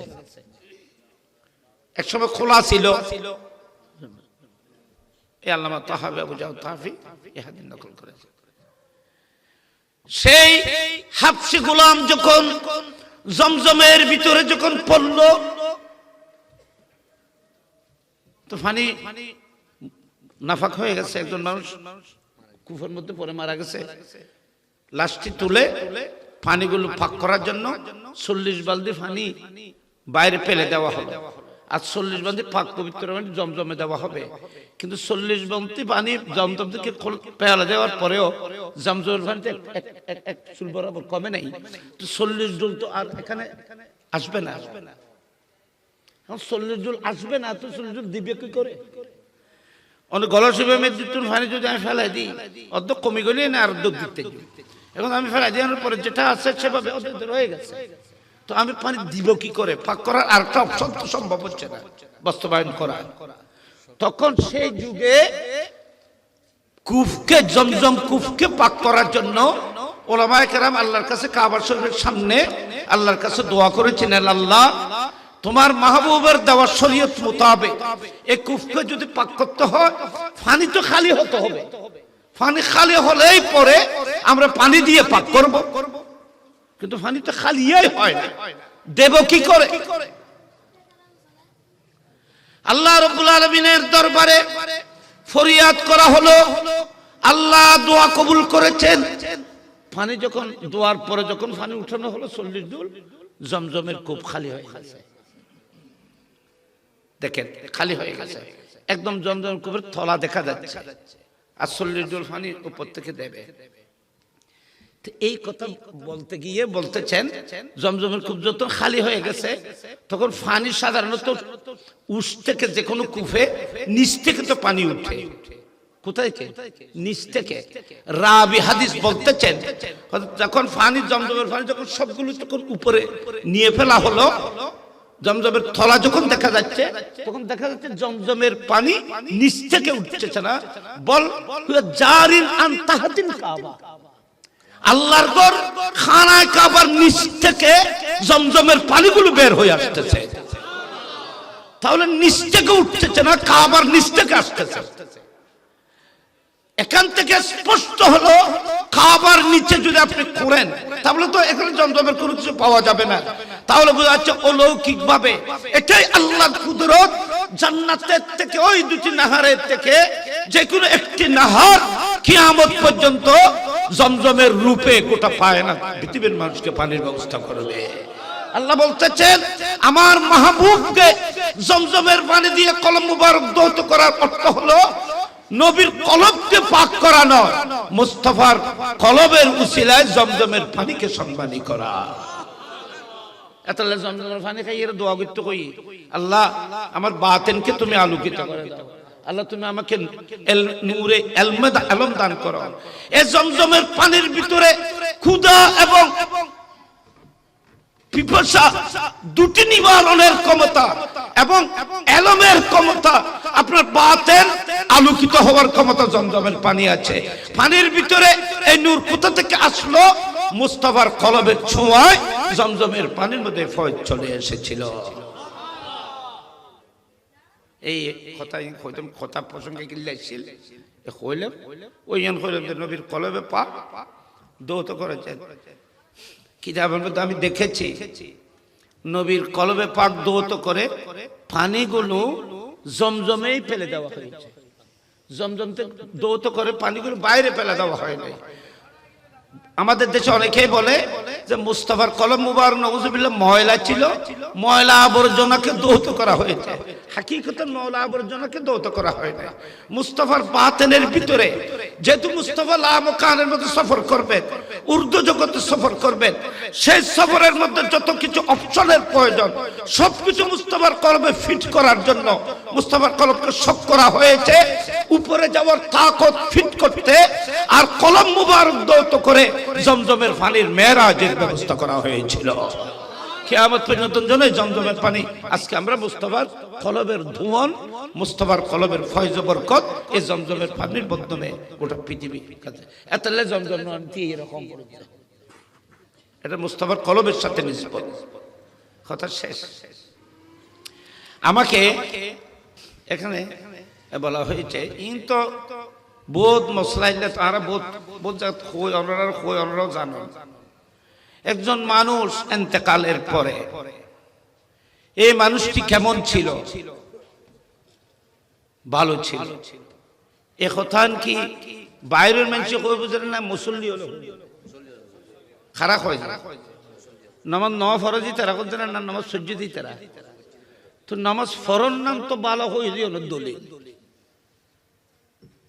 তুই দিবেন নামাজ পড়ছু এবারে নামাজ পড়ে দোয়া করলে এবার মানুষ ভালো যায় না আর নামাজ তারা এবার যদি ভালো নামাজ কিনলে বললে তোমার যদি কত তুই সরুর নামাজ কিনলে বললে মৃত্যু করে নামাজ কিনলে বললে হয়তো তোর আয় তো মোমেন নামাজ পড়তে ইমানদার তো ইমানদার যদি নামাজ পড়ো ইমানদারের কোরআন শুনবে খায়ের করে।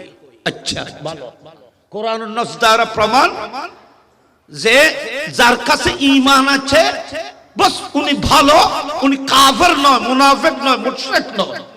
যার কাছে ঈমান আছে উনিই খায়, উনিই ভালো। তো একজন মানুষকে উনি ঈমানদার কিনা, যার জানাজা পড়েছেন আপনি উনি ঈমানদার কিনা নামাতে ঈমানদার নইলে অনেক জানাজা কিনলে পড়তে এলেন উনি কাফেরের জানাজা পড়ছেন না মুশরিকের জানাজা পড়ছেন। তো আপনি যদি মুমিনের জানাজা পড়েন তো মুমিনকে তো আল্লাহ কোরআন শরীফের মধ্যে খায়র বলেছেন, উত্তম বলেছেন। খায়রুল কুরুনে করনি বুইস্তু মিন খায়রে কুরুনে বনি আদম করনান ফকরানান কুরুনে বনি আদম খায়রে কুরুনে বনি আদম। আদম আলাইহিস সালামের যুগ থেকে মুস্তাফার নসল এটাকে খায়ের বলা হয়েছে, আমলের ক্ষেত্রে নয়, ঈমানের ক্ষেত্রে। মুমিন ছিলেন, সবাই মুমিন ঈমানদার ছিলেন, সেজন্য খায়ের। আল আব্দুল মুমিন খায়রুম মিন মুশরিক। মুমিন গোলাম হলেও সে যদি গোলাম হয় আল্লাহর কোরআন বলতেছে তিনি ভালো মুশরিক থেকে, কাফের থেকে। তো কোরআন বলতেছে মুমিন যদি গোলাম হয়, যদি কাফের না হয়, মুশরিক না হয়, মুনাফিক না হয় তো সে ভালো। আল্লাহর কোরআন যে ইমানদারকে ভালো বলে কোরআন শরীফে ঘোষণা করেছেন, তাকে আপনি ভালো বলতে ডাউট কিসের? ইন কোন না যায় যেন হাসদ ইনসে কইতে পারে যে শয়তান নেই ই কি নামাতে না শয়তান নেই কথা শয়তানি। একজন ইমানদার মানুষ মারা গেছে, সেই মানুষটিকে ভালো বলা বলতে তো হবে না, আপনি জানাজার নামাজ পড়েই তো প্রমাণ করলেন উনি ভালো মানুষ। তো যেটা নামাজের মাধ্যমে আপনি প্রমাণ করেছেন ভালো, সেই মানুষটিকে ভালো বলে অসুবিধা ঠিকই। আপনি যদি ভালো বলেন মইয়তের জন্য একটা লাভ হলো, আপনাদের সাক্ষী আল্লাহর দরবারে এই মুহূর্তে কবুল হবে, আপনাদের সাক্ষীর উপর ভিত্তি করে আল্লাহ আজকে ডিগ্রি দেবে। আল্লাহ বলতেছেন আজকে আমার বান্দারা যদি কোনো মানুষকে ভালো বলে, ফেরেশতারা রিপোর্ট গ্রহণ করতেছে, মানুষরা যখন ভালো বলতেছে আর গুণগুলো যখন লুকিয়ে ফেলতেছে, আল্লাহ বলতেছেন বান্দা হয়ে বান্দারা যদি লুকাইতে পারে, আমি রহমান হয়ে বান্দারা কেন লুকাইতে পারবো না? আলা হাদিস শরীফ তাইলি নবী যুগবিদের লই হাদিস আছে, সহিহ হাদিস বুখারী শরীফেও আছে, মুসলিম শরীফেও আছে, বিভিন্ন হাদিসের কিতাবের মধ্যে আছে, তাফসীরের মধ্যে আমি এই হাদিসটি দেখেছি। পৃথিবীর সমস্ত মুফাসসিরিন মুহাদ্দিসিন এই রওয়ায়াত নকল করেছেন, এটা বিশুদ্ধ রওয়ায়াত, উগ্র রওয়ায়াত। আর নবী একদিন মদিনায় পাকের মধ্যে বসে আছেন, নবীর সামনে দিয়ে একটি লাশ নিয়ে যাওয়া হচ্ছে। তো লাশ মানুষে নিয়ে সময় বাবু ইত্তেবাইল জানায়েজ, বুখারী শরীফে বাবু ইত্তেবাইল জানায়েজ। ইত্তেবা মানে লাশের পিছে পিছে হাঁটা উত্তম, আগে পিছে ডানে বামে হাঁটতে পারবে, এটা কোনো নাজায়েজ না। কিন্তু বাবু ইত্তেবাইল জানায়েজ, ইত্তেবা শব্দের অর্থ হলো পিছে পিছে যাওয়া। সমস্ত আইম্মায়ে আরবা, ইমাম আজম আবু হানিফা থেকে শুরু করে সকলেই এটার একমত যে পিছে পিছে থাকা উত্তম, পিছে পিছে যাওয়া, আগে যাওয়াটা নাজায়েজ না। যদি বা ইমাম মালিক রহমতুল্লাহ আলাইহি, ইমাম আহমদ বিন হাম্বল রহমতুল্লাহ আলাইহি বলছেন না, আগে হাঁটতে পারা যাবে, আগে চলা জায়েজ, এটা বলেছে। কিন্তু আহনাফ বলতেছে আগে না যাওয়া থেকে পিছে চলা উত্তম, যেহেতু মইয়ত নেককার মইয়তের আগে আগে ফেরেশতারা হাঁটতে থাকে। এটা বুখারী শরীহ উমদাতুল কারীতে আছে। এগুলো হলো ফজিলত, এখানে আফজলিয়তের ইখতিলাফ, না জায়েজ না জায়েজ ইখতিলাফ না, আফজলিয়ত মানে উত্তম উত্তমের ব্যাপার। তো মইয়তের পিছে পিছে যাবে। আমার নবী সাহাবায়ে কেরাম নিয়ে বসে আছে, একজন মইয়ত নবীর সামনে নিয়ে যাচ্ছে। মসজিদে জানাজা হতো না, জানাজার নামাজ মুসল্লায় হতো। জানাজার নামাজের জন্য আলীতে ময়দান ছিল, মাঠ ছিল, সেখানে গিয়ে জানাজার নামাজ হতো। রাসূল পাক হযরতে যায়েদ ইবনে হারেসা, হযরতে জাফর বিন আবি তালেব, কিতাবের মধ্যে আছে এই দুজনের মত ইন্তেকালের ঘোষণা মুস্তাফা মদিনা শরীফে দিয়েছিলেন। আব্দুল্লাহ ইবনে রাওয়াহা এদের মওতার যুদ্ধের মধ্যে যারা যখন শাহাদাত বরণ করেছিল, তারা ইন্তেকালের খবর দিয়েছিলেন মুস্তাফা। একটি রওয়ায়াতের মধ্যে আছে হযরত যায়েদ ইবনে হারেসা, হযরত জাফর বিন আবি তালেব, এদের জানাজা মুস্তাফা ময়দানে গিয়ে পড়েছেন। গায়বানা জানাজা, গায়বানা মানে নবীর জন্য গায়বানা না, রাসূল পাকের জন্য লাশ জিবরিল সামনে হাজির করে দিয়েছিলেন। কথা আবার গায়বানা জানাজা জায়েজ নেই, কে লিখো ইন গায়বানা জানাজা যারা বলে রাজনৈতিক নামাজ, ইন মানুষের খুশি করে বলে। হ্যাঁ, আপনার মকাম যদি মুস্তাফার মকাম হয় আপনি পারবেন, কারণ এটা যেহেতু সম্ভব না সেহেতু জানাজার নামাজও সম্ভব না, কারণ জানাজার নামাজের শর্ত হলো মইয়ত সামনে থাকতে হবে। আমি কথা প্রসঙ্গে এটা খুব সংক্ষিপ্তভাবে বলবো। দেখেন তো যাচ্ছে, যাওয়ার সময় মানুষ মইয়তের লাশের পিছে পিছে মানুষ যায় না, তো যেতে যেতে ওই মইয়তের প্রশংসা করতেছে।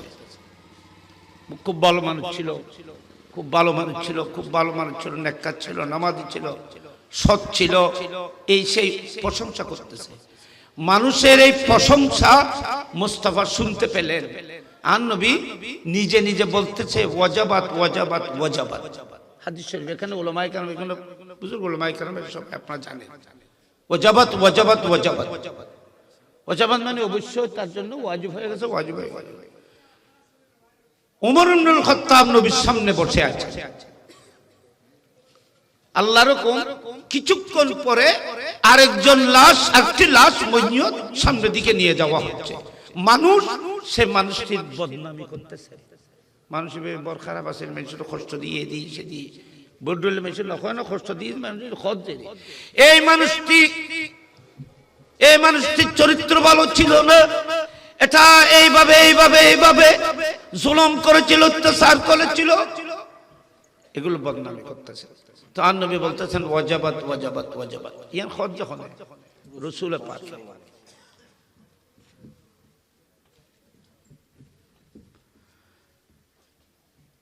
হযরত ওমর ইবনুল খাত্তাব বলতেছে, ইয়া রাসূলুল্লাহ, গুনাহগার যাকে খারাপ বলতেছে তার ব্যাপারেও আপনি ওয়াজাবাত বললেন, যার ব্যাপারে ভালো বলতেছে তারপরও তার জন্য ওয়াজাবাত বললেন। হুজুর, এটার তাবিল, মুরাদ, মফহুম তো, উদ্দেশ্যটি তো আমরা ক্লিয়ারলি বুঝতে পারিনি। আমার নবী বললেন, আমি যে মানুষটি, মানুষেরা যে মানুষটিকে ভালো বলতেছে তার জন্য জান্নাত ওয়াজিব বলেছি, আর ওই যে মানুষটিকে খারাপ বলতেছে সেই মানুষটির জন্য জাহান্নাম ওয়াজিব বলেছে। ইয়ারুল, যে মানুষটিকে ভালো বলেছেন এই মানুষটি তো গুনাহগার, অনেক গুনাহ তো করেছে, হয়তো গুনাহ কত করেছে না করেছে আজকে আল্লাহ সেটা দেখছে না। বান্দারা যখন ওনাকে ভালো বলতেছে, আজকের রিপোর্ট আল্লাহ গ্রহণ করে এই রিপোর্টের উপরে তাকে ডিগ্রি দেবে। সমস্ত মানুষরা যখন ওনাকে ভালো বলতেছে আল্লাহর কাছেও ভালো, এটা তো হাদিসে গেছে। আর হাদিস আছে, উযকুরু ক্বালান নবী সাল্লাল্লাহু আলাইহি ওয়াসাল্লাম উযকুরু মাহাসানা উম্মতিকুম আমওয়াতিকুম, তোমাদের মধ্য থেকে যারা ইন্তেকাল করবে, ইন্তেকালের পরে তার ভালো দিক খারাপ দিক থাকতে পারে, আমার নবী বলতেছেন খবরদার আমার উম্মতের খারাপ দিক আলোচনা না করে তার ভালো দিকগুলো আলোচনা করবে। খুদ নবী হয়ে যে আমার উম্মত ইন্তেকালের পরে, ইমানদার ইন্তেকালের পরে তার ভালো দিক আলোচনা করবে। তাহলে মুস্তাফা এই হাদিস দ্বারা ইশারা করেছেন একজন মানুষ ইমানদার মারা গেলে আমরা যেন তাদেরকে ভালো বলে আখ্যায়িত করি, ভালো বলি, ঠিক না? নামাতে ইয়ান কোন বেদাত কি না জায়েজ কি? ইয়ান তো নসিবুর বার বাক্য আয়োগ্য ওয়াবি হলো কিতাব তুমি রেফারেন্স করি না, আর বাদ তারাই আছে। ওয়াবনানি আনোয়ার গিয়া শব্বির আহমদ উসমানী ফতুল মুলহিম শরহে মুসলিম, মুসলিম শরীফের শরহ ফতুল মুলহিম, এই হাদিসের শরহ করতে গিয়ে এই হাদিসের ব্যাখ্যায় উনি এই হাদিসের শরহ ব্যাখ্যার মধ্যে বলেছেন, হয়তো কোন মানুষ ইমানদার ইন্তেকালের পরে সমস্ত ইমানদাররা এই মানুষটিকে যে ভালো বলতেছে এটা ভাগ্যের ব্যাপার, তকদিরের ব্যাপার। যে মানুষের তকদির ভালো, যে মানুষের ভাগ্য ভালো, তার জন্য মানুষ এভাবে প্রশংসা করবে, তার তারিফ করবে। আর যারা ভালো কন্য পারেনি পুরা আল্লাহ বিয়াকুল আমল করবে তৌফিক দাও, আমিন। খান বড় করে, আরো বড় করে খান আমিন। ভালো বলা যাবে কি যাবে না? এখানে বড় খান যাইব না? ভালো যদি কন্য পারন নামাজ কিল্লা বললেন জানাজা কলি আর ফেলি।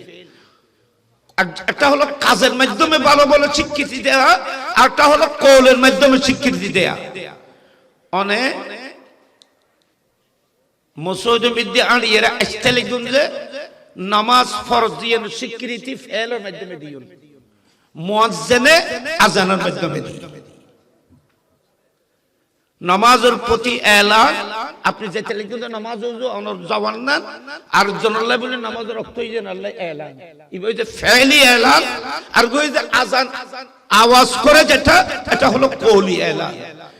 নামাজের ভিতরে ইমাম যে কেরাত পড়তেছে সেই কেরাত উনি ফেলান কেরাত, আর আপনারা শুনতেছেন, এটা ফেল, এটা হুকম, সবাই করতে হয় না, একজন করবে আরেকজনে নীরব থাকা সেটা সমর্থন। ঠিক না? নীরব থাকলে কি হয়? হ্যাঁ এখন নবরে নীরব তখনই বেরো হ্যাঁ বলিয়ে গণ্য করা যায়। তেমনি ভাবে আপনি যার নামাজে জানাজা পড়লেন, গুনাহ মাফ চাইলেন নামাজের ভিতরে, সেই মানুষটিকে আপনি কেন ভালো বলতে পারবেন না? ভালো বলে অসুবিধা দিচ্ছে। লাস্টে আমি একটা কথা বলি, মইয়ত ইন্তেকালের পরে জানাজার নামাজের পরে ভালো বলতে পারবে না, এই ধরনের একটি রওয়ায়াত আপনারা দেখান। না জায়েজ হবে, এটা বলা জায়েজ নাই, বেদাত। এর উপরে একটা কোন ফিকহ কিতাবের ইবারত অথবা একটা জয়ীফ হাদিস হলেও দেখান, তারপরে বলবো আপনারা যেটা বলেছেন ঠিক বলেছেন। ইমবি একদিন তো মুখে কইন দেন, দলিল তো নাই, কিন্তু খনের পক্ষে তো দলিল আছে। তো ওনারা ইনলইর এত চিন্তা করিবেন কি আছে? নসিবত ভাগ্যত তাইলে ফাইবেন, ভাগ্য না তাইলে ফাইবেন। আল্লাহ বিয়াগুন কবুল করো কাম। আর কান কি কই দেব? মুনাজাত না না ও দোয়া দোয়াইন সুন্নি হলো সম্পত্ত দিওবন থেকে ওয়াহাবিরা, দিওবন থেকে ফতোয়ায়ে দিওবন। এখানে ওনার কাছে যিনি ফতোয়া দিবেন দেখতে 5 নম্বর খণ্ডে ঈসাল সাহাবের ভোজে ওনার কাছে প্রশ্ন করা হলো, আমাদের দেশে মইয়তের জানাজার নামাজের পর কাতার ভেঙে সূরা ফাতিহা পড়ে, সূরা ইখলাস পড়ে, দরুদ শরীফ পড়ে দোয়া করা হয়, ঈসাল সাহাব করা হয়, এটা জায়েজ কিনা? বলতেছেন এটা হাদিস দ্বারা প্রমাণ না হলেও এটা জায়েজ, মইয়তের অনেক বড় লাভবান হবে, লাভবান হবে। ফতোয়ায়ে দিওবন, দিওবনের ফতোয়া আমি দিলে কি? আর এটার নাম দোয়া। রাসূল পাক সাল্লাল্লাহু আলাইহি ওয়াসাল্লাম ইরশাদ করেছেন, ইজা সাল্লাইতুম আলাল মাইয়্যিতি ফাখলিসু বিদুয়া। তোমরা যখন মাইয়্যতের জানাজার নামাজ শেষ করবে, তখন নামাজের সাথে সাথে, নামাজ শেষ করার সাথে সাথে কাতার ভেঙে মাইয়্যতের জন্য ইখলাসের সহিত আল্লাহর কাছে দোয়া করবে। হাদিস তাবিল করতে লিখে যে মজাজ করতে লিখে যে কে করা যায় দিন বেগিন তাবিল। কিন্তু নবীর হাদিস সরাহাতান পরিষ্কার হাদিস বলতেছে, জানাজার নামাজের পরে কাতার ভেঙে ইখলাসের সহিত মাইয়তের জন্য দোয়া করা, আর দোয়ার মধ্যে হাত তোলা, এটা আদাবে দোয়া। সুবহানাল্লাহ আকবার করে ইন বেগ ইন যারা নগর মারাগর বেদাত। আচ্ছা না জায়েজ কই বললেই না জায়েজ কই বললে দলিল ন লাইবো নামাতে, জায়েজ কই বললে দলিল ন লাগে, না জায়েজ জায়েজ কই বললে দলিল ন লাগে, অতক্ষণ পর্যন্ত জায়েজ, যতক্ষণ না জায়েজের কোনো দলিল দিতে পারবেন না। যত ইন রাখে মোবা, ইন রাখে কি মোবা বাত খন কিতাবত খন, কিতাবত কোরআন শরীফ কোন হাদিস বাতর কথা আছে না? আর বিভিন্ন জিনিস খাচ্ছি, ইন কথা কি কোরআন শরীফের উল্লেখ আছে না? তো কোনদিন হুসল ইন হুজুর গুরু হসখন যায় আছে নাই, ইন কোনদিন তো হুসল না আল্লাহ এলে কোরআন শরীফে আল্লাহ না কুলু হয়ে যায়। গুরু হুজুর কথা করে আছে, হাদিস তো করে আছে, ফান্না হুজুর খাইতে লিখবে যে নানান বিল্লাহ খাইতে খাইতে কথা কিছু কেনা ইন ব্যাগ দিতে কোরআন, ইন ব্যাগের কথা যে কোরআন তাই কোরআন শরীফে তো আলগন মুশকিলে দিবে, তোর কোরআন খালি শাকসবজির কথা কইতে কইতে। এখন কথা খেয়াল রাখবেন যে না জায়েজ দলিল তাইলে ব্যাগিন মুবাহ, না জায়েজ দলিল বিদ্যি। তবে সলিম সহ রাসূল পাক যেগুলো হারাম করেছেন, হাদিসে পাক যেগুলো হারাম করেছেন, কোরআন যেগুলো হারাম করেছেন, আবার কোরআন ইয়ে কই যে খবরদার আমি যেগুলোকে হারাম করি নাই এগুলোকে যদি কেউ হারাম করো কুফরি, আমি যেগুলোকে তোমাদের জন্য মুবারক করেছি, হালাল করেছি, এগুলো হারাম করার ক্ষমতা কারো নাই। ইন কার খেয়াল লাগবে, এটা বহুত মশাইল আছে। আমি খতার নবারে বুঝতার কষ্ট হইব, বেগুন ভালো তাইবেন, আহলে সুন্নাত ওয়াল জামাতের টোটাল মজবুত তাইবেন, সুন্নিয়ন সুন্নিয়র সুন্নি সুন্নির পায়ের মধ্যে দাঁড়ানোর দরকার আছে না নেই? নামাতে ঠেক লাগাইয়ে রে কতদিন চলবে, এক এলাম দিয়ে রে আর কতদিন চলবে, আর জন ঠেক লাগে কতদিন চলবে, ঠেক লাগাইয়ে রে তো বহুত সাইও অনেকে হয়তো সুন্নিয়র কথা কইয়ে কি হয় না, সংসদের মধ্যে আহলে সুন্নাত ওয়াল জামাতের কথা হইয়ে কেউ আসে না, ইয়া রাসূলুল্লাহর পক্ষে হইয়ে আসে না, মাজারের মধ্যে আমলা চলে যে খনিকে ওখানে প্রতিবাদ আছে না, না মাতিতে না মাতে ইয়া রাসূলুল্লাহ কোন শিরিক ওই পাকিস্তান পার্লামেন্টের মধ্যে রাসূল পাকের শানে বেয়াদবি বলে তাতে করলের জন্য কতল করার জন্য পার্লামেন্টের মধ্যে সংসদের মধ্যে আইন পাস হয়েছে, ওখানে বেয়াদবি হলে নবীর শানে যদি কোনো গোস্তাখি হয়, আজ এই নবীর শানে দিলে গোস্তাখি করে যাতে নবীর খাওয়াবো হই, নবী খাওয়াবো মানে কি না মাতি তারা শব্দ এবার তর্জমা বাংলা করতেও তো ডর লাগে। রাসূল পাককে আমাদের মতো 200 গুণে মানুষ বলা হয়েছে, নবীর 200 গুণে কই ঈমান আছে না, ইন কোনো বিচার আছে না, এগুলো রাসূল পাকের সামনে কত গুস্তাখি চলতেছে, এতগুলো মাজারের উপর হামলা চলতেছে, একজন মানুষ অলরেডি দফন করে ফেলা হয়েছে, ইন্তেকাল করে ফেলা হয়েছে, 14 দিন পরে একটি লাশকে কবর থেকে তুলে জ্বালিয়ে ফেলা পৃথিবীর তো কোনো জায়গাতে ইতিহাস আছে না, তোমরা কেন আরে বললাম কেন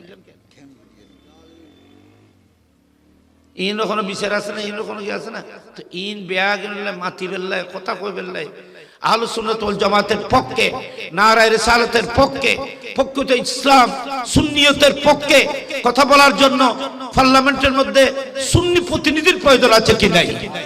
হাত তুলে বলেন সবাই, হাত তুলে বলেন আছে না নেই? যদি থাকে আগামীতে আহলে সুন্নাত ওয়াল জামাতের সুযোগ যদি পান তো আপনার একটি সমর্থন, একটি রায়, আপনার একটি দোয়ার সমর্থন সে সুন্নি প্রার্থীকে দেবে, এটা ঈমানি দায়িত্ব, ঈমানি দায়িত্ব, খনিকা গোসানো ঈমানি দায়িত্ব, ঈমানি দায়িত্ব। যদি হয় যদি আর বুট এইবে হইব না, বুট তুই তেরাতে বিয়ন লই যাবি বহুত বেশি বুট তোমার বুটে ইবে উনি রইব কিনে ইয়ান আল্লাহ তো প্রশ্ন করতো না, তোর তো প্রশ্ন করব তুই বুট দিলা, তুমি তোমার জিম্মেদারি থেকে মুক্ত হতে হবে।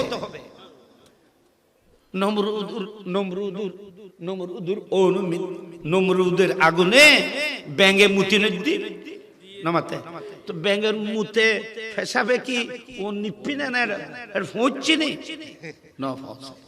আর ৪৪ ফু দিয়ে না দূরত্ব নামাতে, ৪৪ ফু দিয়ে তো ফু দিয়ে রে নমরুদের আগুন কি জ্বললি না, ফু কি আর পৌঁছছে না ন পৌঁছে, কিন্তু ৪৪ রে একবারই মারিতে ১৭০ নাকি হাদিস শরীফে আছে ১৭০ নাকি খিরি ইবেরে একবারই মারিতেলি হাতে একবারের মধ্যে প্রেসার বেশি তাই মরি গেলি কো প্রেসার বেশ আছে এলে যদি দুইবারই মারম পরে তাহলে একবারের মধ্যে প্রেসার কম আছে, তাহলে একবারের মধ্যে ১০০ নাকি, যদি দুইবারে দিয়ে মরে তাহলে ৫০ কান নাকি আয় খোঁজ করতেন আল্লামা এমাদুদ্দিন ইবনে কসির দিবে তনকিদের বলো ইমা বড় মুফাসসির কোরআন এমাদুদ্দিন ইবনে কসির তাই আল কোরআন ওয়াল তাফসীর কোরআন আযীম মধ্যে নকল করে হাদিস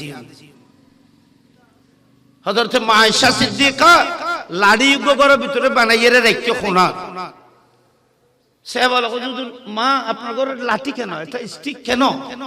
হযরত আমি রাসূল পাক থেকে শুনেছি ৪৪ মারলে একটি বাড়িতে মারতে পারলে ১০০টি সওয়াব, হয়তো আমি ৪৪ দেখলে লাঠি পাইতে তো সেটা ফালিয়ে যাবে, সেই জন্য আগে ভাগে লাঠি জোগাড় করে রেখেছি যেন মারতে পারি।